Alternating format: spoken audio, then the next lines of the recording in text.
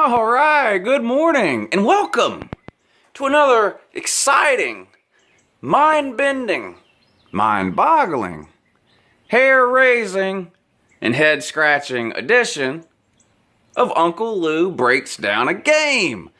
Every week I get the messages that Uncle Lou can't talk football. Uncle Lou doesn't know anything about football. All he does is make joke videos or impersonations, blah, blah, blah. Uncle Lou doesn't know anything about football. So once a week we do Uncle Lou Talks Football. So let's break down the UGA versus Tennessee game this Saturday in Athens, Georgia. Ready? Well, let's start here. Tennessee is 4-0. So congrats to them, they're 4-0. It's the first time Tennessee started 4-0 since Facebook was invented.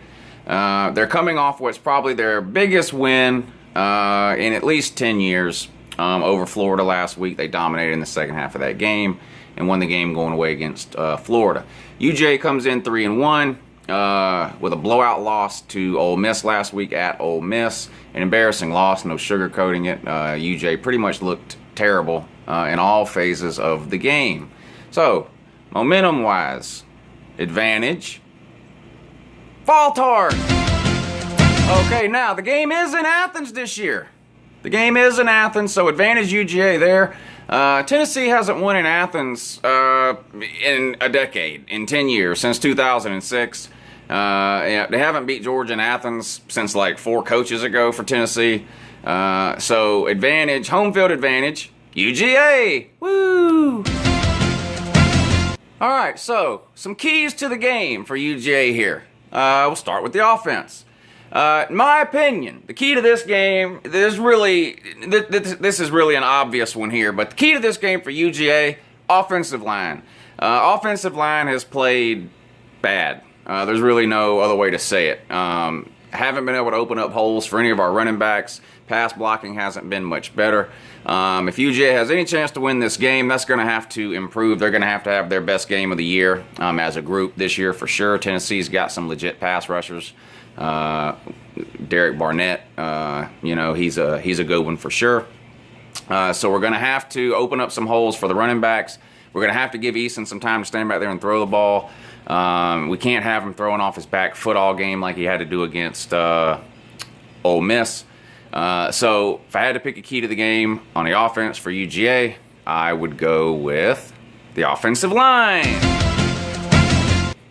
As far as the defense goes for UGA, this to me too is another simple one. Contain Josh Dobbs. He killed us last year.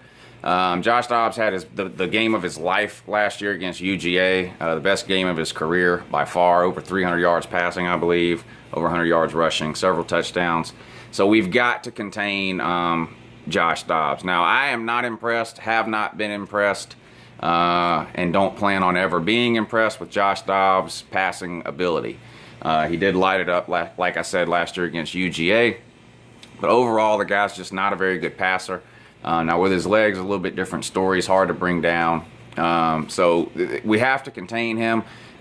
We've given up passing yards left and right to almost every team we played this year. Hopefully that comes to an end this Saturday.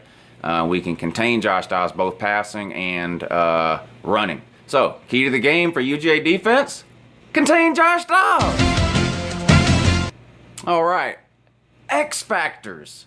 X factors is another thing that analysts and sports type people always talk about when they're breaking down a game. So you can't really do a game breakdown without talking about X factors.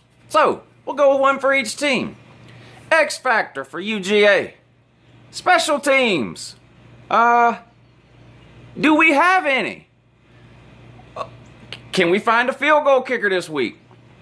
That would be great. On kickoffs, can we find somebody that can just kick the ball out of the end zone? Okay? I don't want Evan Berry returning any kicks. Period. Period. So, can we find a field goal kicker and an extra point maker? It's a legit question. I don't know. Find out Saturday. It would be nice to get some points on special teams. A punt return by McKenzie would be great. Things like that can flip momentum in a game, can change the direction a game is going. Obviously, field position can change drastically with special teams. UGA special teams has struggled. So we'll see. I'm picking that as the UGA X Factor of the game. Woo! Now, Tennessee's X Factor. Now, this guy here that I'm going to mention, All-American. All-American.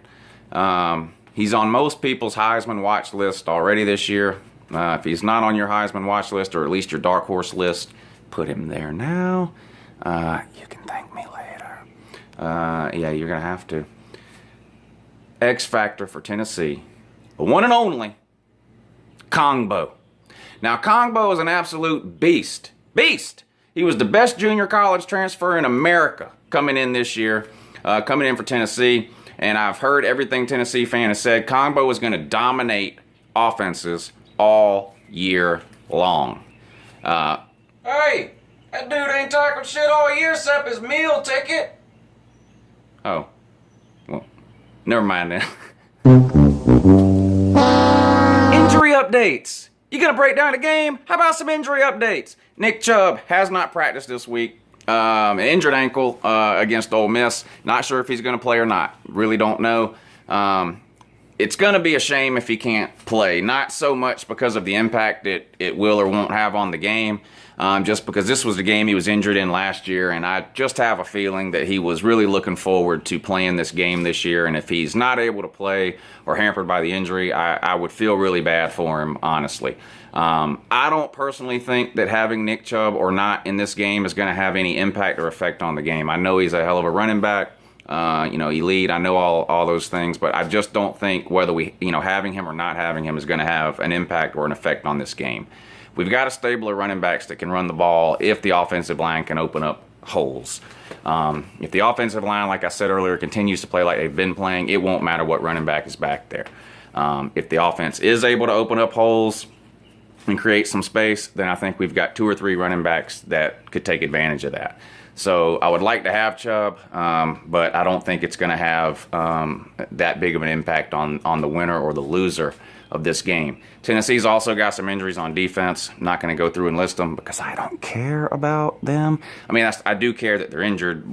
You know what I mean. Anyway, this isn't a trash talking video. This is an idiot breaks down UGA versus Tennessee. Anyway, so Tennessee's got some injuries on the defensive side too. Some defensive backs, I think, maybe a linebacker or 3. I don't know. I don't know. Cameron Sutton, I don't know. Jalen Reeves-Maben, I don't know.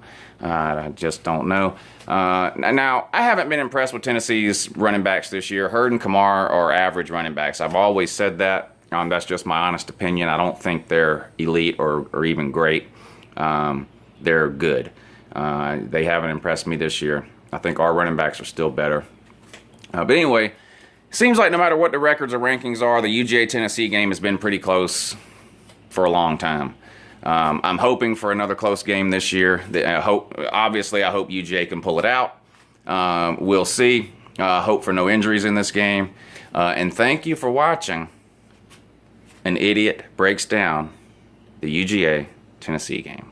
Have a great day and a good morning if you can.